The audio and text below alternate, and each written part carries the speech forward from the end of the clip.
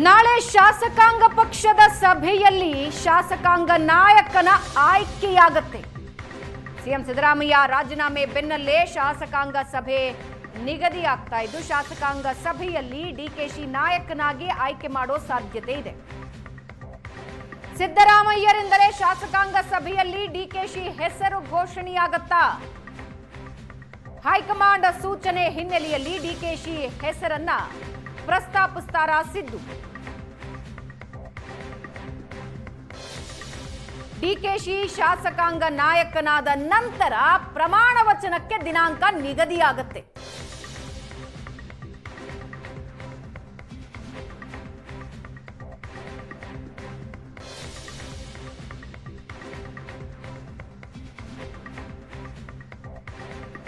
ಈ ಬಗ್ಗೆ ಇನ್ನಷ್ಟು ಡೀಟೇಲ್ಸ್ ಹಂಚಿಕೊಳ್ತಾರೆ ನಮ್ಮ ಪ್ರತಿನಿಧಿ ಮಾರುತೇಶ್ ಸಂಪರ್ಕದಲ್ಲಿದ್ದಾರೆ. ಮಾರುತೇಶ್, ನಾಳೆ ಶಾಸಕಾಂಗ ಪಕ್ಷದ ಸಭೆಯಲ್ಲಿ ಶಾಸಕಾಂಗ ನಾಯಕನ ಆಯ್ಕೆಯಾಗುತ್ತೆ. ಸಿದ್ದರಾಮಯ್ಯ ಅವರೇ ಡಿಕೆಶಿ ಹೆಸರನ್ನ ಪ್ರಪೋಸ್ ಮಾಡ್ತಾರೆ ಅನ್ನೋದು ಸದ್ಯಕ್ಕೆ ಬರ್ತಾ ಇರೋ ಮಾಹಿತಿ. ಸೊ ಈ ಪ್ರೋಸೆಸ್ ಯಾವಾಗ ನಡೆಯುತ್ತೆ?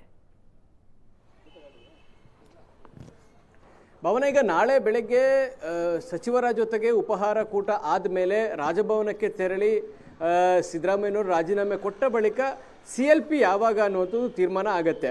ಬಹುಶಃ ಸಚಿವ ಸಂಪುಟದ ಸಹೋದ್ಯೋಗಿಗಳ ಜೊತೆಗೆ ನಡೆಸುವಂತಹ ಉಪಹಾರ ಕೂಟದ ವೇಳೆಯೇ CLP ಯಾವಾಗ ಕರಿಬಹುದು ಅನ್ನುವಂಥ ಡಿಸ್ಕಷನ್ಸ್ ಆಗುವಂಥ ಸಾಧ್ಯತೆಗಳಿದ್ದಾವೆ. ಕಾರಣ ಸುರ್ಜೇವಾಲಾ ಕೂಡ ಈ ಉಪಹಾರ ಕೂಟದಲ್ಲಿ ಭಾಗಿಯಾಗುವಂಥ ಸಾಧ್ಯತೆಗಳು ಇದ್ದಾವೆ.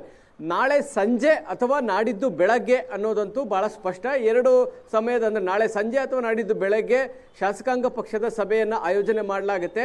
ಶಾಸಕಾಂಗ ಪಕ್ಷದ ಸಭೆಯ ಆಯೋಜನೆ CLP ಅಂದರೆ ಮುಂದಿನ ಮುಖ್ಯಮಂತ್ರಿ ಯಾರು ಅನ್ನೋದರ ಕುರಿತಾಗಿ ಇರುತ್ತೆ ಅನ್ನೋದು ಅಷ್ಟೇ ಸ್ಪಷ್ಟ.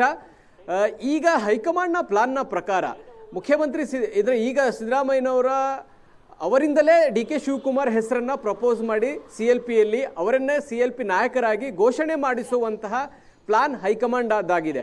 ಯಾಕೆ ಈ ನಿರ್ಧಾರವನ್ನು ಹೈಕಮಾಂಡ್ ಸಿದ್ದರಾಮಯ್ಯನವರ ಕಡೆಯಿಂದಲೇ ಮಾಡಿಸ್ತಾ ಇದೆ ಅಂತ ಹೇಳಿದರೆ, ಸಿದ್ದರಾಮಯ್ಯನವರ ಪೂರ್ಣ ಪ್ರಮಾಣದ ಒಪ್ಪಿಗೆಯ ಮೇರೆಗೆ DK ಶಿವಕುಮಾರ್ ಅವರನ್ನು ಆಯ್ಕೆ ಮಾಡ್ತಿದ್ದೀವಿ ಅನ್ನುವಂತಹ ಮೆಸೇಜನ್ನು ಎಲ್ಲ ಶಾಸಕರಿಗೂ ಕೊಡಬೇಕು. ಮತ್ತು ಸಿದ್ದರಾಮಯ್ಯನವರಿಗೆ DK ಶಿವಕುಮಾರ್ ಅವರನ್ನು CLP ನಾಯಕನನ್ನಾಗಿ ಆಯ್ಕೆ ಮಾಡೋದ್ರ ಬಗ್ಗೆ ಯಾವುದೇ ಆಕ್ಷೇಪಣೆಗಳು ಇಲ್ಲ ಅನ್ನುವಂಥದ್ದನ್ನು ಕೂಡ ಮನವರಿಕೆ ಮಾಡಿಕೊಡ್ಬೇಕು. ಅದು ಶಾಸಕರಿಗೆ ಇರ್ಬೋದು ಅಥವಾ ಹೊರಗಿನವರ ಕಾರ್ಯಕರ್ತರಿಗಿರ್ಬೋದು, ಬೆಂಬಲಿಗರಿಗಿರ್ಬೋದು, ಅವರಿಗೆ ಒಂದು ಕನ್ವೆ ಮಾಡುವಂಥ ನಿಟ್ಟಿನಲ್ಲಿ ಸಿದ್ದರಾಮಯ್ಯ ಅವರಿಂದಲೇ CLP ನಾಯಕನ ಘೋಷಣೆ ಮಾಡುವಂತಹ ಪ್ಲಾನನ್ನು ಹೈಕಮಾಂಡ್ ಹಾಕ್ಕೊಂಡಿದೆ.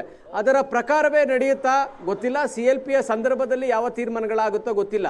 ಯಾಕೆ ಈ ಮಾತನ್ನು ಹೇಳ್ತಾ ಇದ್ದೀನಿ ಅಂತ ಹೇಳಿದರೆ, ಕಳೆದ ಬಾರಿ ಸಿದ್ದರಾಮಯ್ಯನವರ ಆಯ್ಕೆಯ ಸಂದರ್ಭದಲ್ಲಿ ಮತ ಚಲಾವಣೆ ನಡೆದಿತ್ತು. ಅಂದರೆ ಸಿದ್ದರಾಮಯ್ಯನವರ ಪರವಾಗಿ ಇರುವಂಥ ಶಾಸಕರು ವೋಟ್ ಮಾಡಿ ಅಂದರೆ ಮತ ಚಲಾವಣೆಗೆ ಅವಕಾಶ ಮಾಡಿ ಅಂತ ಹೇಳಿ ಪಟ್ಟು ಹಿಡಿದಿದ್ರು. ಆ ಕಾರಣಕ್ಕಾಗಿ ಎಲ್ಲರಿಗೂ ತಮ್ಮ ತಮ್ಮ CLP ನಾಯಕನ ಹೆಸರು ಬರೆದು ಚೀಟಿಯಲ್ಲಿ ಹಾಕಿ ಅಂತೇಳಿ ತೀರ್ಮಾನವನ್ನು ತೆಗೆದುಕೊಳ್ಳಲಾಗಿತ್ತು. ಆ ಥರದ ಬೆಳವಣಿಗೆಗಳಿಗೆ ಏನಾದರೂ CLP ಕಾರಣ ಆಗ್ಬೋದಾ ಗೊತ್ತಿಲ್ಲ. ಆದರೆ ಈಗ ಹೈಕಮಾಂಡ್ನ ಪ್ಲಾನ್ನ ಪ್ರಕಾರ ಸಿದ್ದರಾಮಯ್ಯನವರ ಕೈಯಿಂದಲೇ DK ಶಿವಕುಮಾರ್ ಅವರನ್ನು CLP ನಾಯಕನನ್ನಾಗಿ ಘೋಷಣೆ ಮಾಡುವಂಥ ಪ್ಲಾನನ್ನು ಇಟ್ಕೊಂಡಿದ್ದಾರೆ. ಆ ಪ್ಲಾನ್ ಪ್ರಕಾರ ಎಲ್ಲವೂ ಸುಸೂತ್ರವಾಗಿ ನಡೆಸುವಂಥ ಜವಾಬ್ದಾರಿ ಕೂಡ ಈಗ ರಾಜ್ಯ ಕಾಂಗ್ರೆಸ್ನ ಉಸ್ತುವಾರಿ ಆಗಿರುವಂಥ ಸುರ್ಜೇವಾಲಾ ಅವರ ಹೆಗಲ ಮೇಲೂ ಇದೆ. KC ವೇಣುಗೋಪಾಲ್ ಕೂಡ ಈ ಸಭೆಗೆ ಹಾಜರಾಗಬಹುದು ಅನ್ನುವಂಥ ಮಾಹಿತಿ ಇದೆ. ಖಚಿತವಾಗಿ ಇನ್ನೂ ಕೂಡ ಆ ಮಾಹಿತಿಗಳು ಲಭ್ಯವಾಗ್ತಾ ಇಲ್ಲ ಭಾವನಾ. ಒಟ್ಟಿನಲ್ಲಿ CLPಯಲ್ಲಿ ಸಿದ್ದರಾಮಯ್ಯನವರು ಹೆಸರು ಪ್ರಪೋಸ್ ಮಾಡಿದ್ರು, ಅದಕ್ಕೆ ಎಲ್ಲ ಶಾಸಕರು ಸಹಮತ ವ್ಯಕ್ತಪಡಿಸಿದ್ರು ಅನ್ನುವಂಥ ಸಂದೇಶ ರವಾನೆ ಮಾಡುವಂಥ ಸಲುವಾಗಿ ಈ ತೀರ್ಮಾನಗಳು ಆಗುವಂತ ಕಾಣಿಸ್ತಾ ಇದೆ ಭಾವನಾ. ಎಸ್, ವಾಪಸ್ ಬರ್ತೀನಿ ಮಾರುತೇಶ್. ನಾಳೆ ಮಧ್ಯಾಹ್ನದ ನಂತರ ಮುಖ್ಯಮಂತ್ರಿ ಸ್ಥಾನಕ್ಕೆ ಸಿದ್ದರಾಮಯ್ಯ ರಾಜೀನಾಮೆ. ನಾಳೆಯೇ KPCC ಅಧ್ಯಕ್ಷ ಸ್ಥಾನಕ್ಕೆ ರಾಜೀನಾಮೆ ನೀಡ್ತಾರೆ DCM DK ಶಿವಕುಮಾರ್. AICC ಅಧ್ಯಕ್ಷರಿಗೆ ನಾಳೆಯೇ ರಾಜೀನಾಮೆ ಪತ್ರ ರವಾನಿಸೋದಕ್ಕೆ DKಶಿ ನಿರ್ಧರಿಸಿದ್ದಾರೆ. KPCC ಅಧ್ಯಕ್ಷ ಸ್ಥಾನಕ್ಕೆ ರಾಜೀನಾಮೆ ನೀಡೋದಕ್ಕೆ DK ಶಿವಕುಮಾರ್ ಮುಂದಾಗಿದ್ದಾರೆ. 6 ವರ್ಷದಿಂದ ರಾಜ್ಯ ಕಾಂಗ್ರೆಸ್ ಅಧ್ಯಕ್ಷರಾಗಿ DK ಶಿವಕುಮಾರ್ ಇದ್ರು. ಈ ಬಗ್ಗೆ ಇನ್ನಷ್ಟು ಡೀಟೇಲ್ಸ್ ಹಂಚಿಕೊಳ್ತಾರೆ ಮಾರುತೇಶ್ ಸಂಪರ್ಕದಲ್ಲಿದ್ದಾರೆ. ಮಾರುತೇಶ್, 2020 ಜುಲೈನಿಂದ ಇಲ್ಲಿಯವರೆಗೆ DK ಶಿವಕುಮಾರ್ KPCC ಅಧ್ಯಕ್ಷರಾಗಿದ್ದಾರೆ. ಈಗ ನಾಳೆ ಅವರು AICC ಅಧ್ಯಕ್ಷರಿಗೆ ರಾಜೀನಾಮೆ ನೀಡ್ತಾರೆ ತಮ್ಮ KPCC ಅಧ್ಯಕ್ಷ ಸ್ಥಾನಕ್ಕೆ ಅನ್ನೋ ಮಾಹಿತಿ ಇದೆ. ಈ ಪ್ರೋಸೆಸ್ ಯಾವಾಗ ನಡೆಯುತ್ತೆ? ಬೆಳಗ್ಗೆ ಮೊದಲಿಗೆ ನಡೆಯುತ್ತಾ ಅಥವಾ ಸಿದ್ದರಾಮಯ್ಯ ಅವರ ರಾಜೀನಾಮೆ ನಂತರ ನಡೆಯೋ ಪ್ರೋಸೆಸ್ ಇದು? ಅಲ್ಲ, ಯಾವಾಗ ಎಕ್ಸಾಕ್ಟ್ ಏನು ಅನ್ನೋದು ಗೊತ್ತಿಲ್ಲ. ಆದರೆ ನಾಳೆ ಡಿ ಕೆ ಶಿವಕುಮಾರ್ ಕೆಪಿಸಿಸಿ ಅಧ್ಯಕ್ಷ ಸ್ಥಾನಕ್ಕೆ ರಾಜೀನಾಮೆಯನ್ನು ಸಲ್ಲಿಕೆ ಮಾಡ್ತಾರೆ ಅನ್ನೋದು ಕೆಪಿಸಿಸಿ ಮೂಲಗಳಿಂದ ಬರ್ತಾ ಇರುವಂತಹ ಮಾಹಿತಿ. ಮಾರ್ಚ್ 11, 2020 ಕೆಪಿಸಿಸಿ ಅಧ್ಯಕ್ಷರಾಗಿ ಡಿ ಕೆ ಶಿವಕುಮಾರ್ ಅವರನ್ನ ನೇಮಕ ಮಾಡಲಾಯಿತು. ಜುಲೈ 2, 2020 ಅಂದರೆ ಕೋವಿಡ್ನ ಕಾರಣಕ್ಕಾಗಿ ಮಾರ್ಚಲ್ಲಿ ಅವರನ್ನು ಅಧಿಕೃತವಾಗಿ ಅಧ್ಯಕ್ಷರಂತೇಳಿ ಘೋಷಣೆ ಮಾಡಿದ್ರು ಕೂಡ ಕೋವಿಡ್ನ ಕಾರಣಕ್ಕಾಗಿ ಜುಲೈಯಲ್ಲಿ ಅವರು ಪದಗ್ರಹಣ ಮಾಡಿದರು. ಜುಲೈ 2ನೇ ತಾರೀಕು ಅವರು ಪದಗ್ರಹಣವನ್ನು ಮಾಡಿದರು. ಹತ್ತತ್ರ 6 ವರ್ಷಗಳ ಕಾಲ ಡಿ ಕೆ ಶಿವಕುಮಾರ್ ಕೆಪಿಸಿಸಿ ಅಧ್ಯಕ್ಷರಾಗಿ ಕೆಲಸವನ್ನು ಮಾಡಿದ್ದಾರೆ.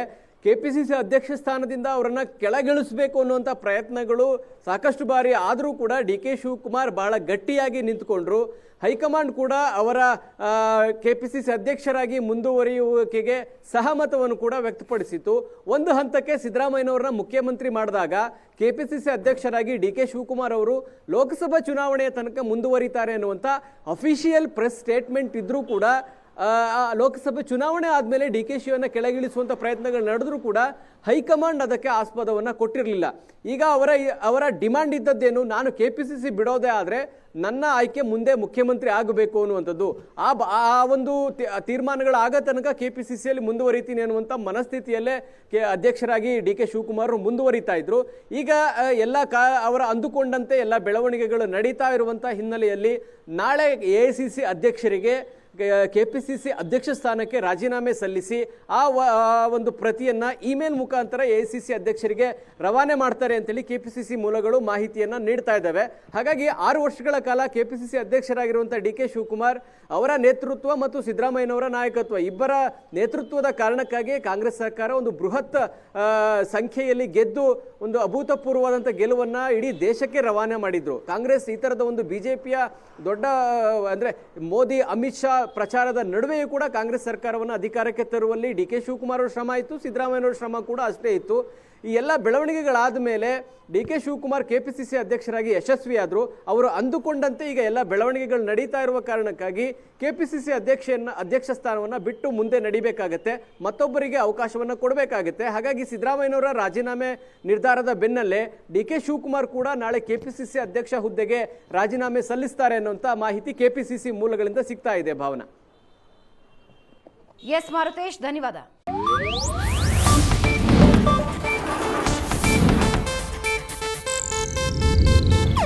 ಇದು ಏಷ್ಯಾನೆಟ್ ನ್ಯೂಸ್ ನೆಟ್ವರ್ಕ್ ಪ್ರಸ್ತುತಿ.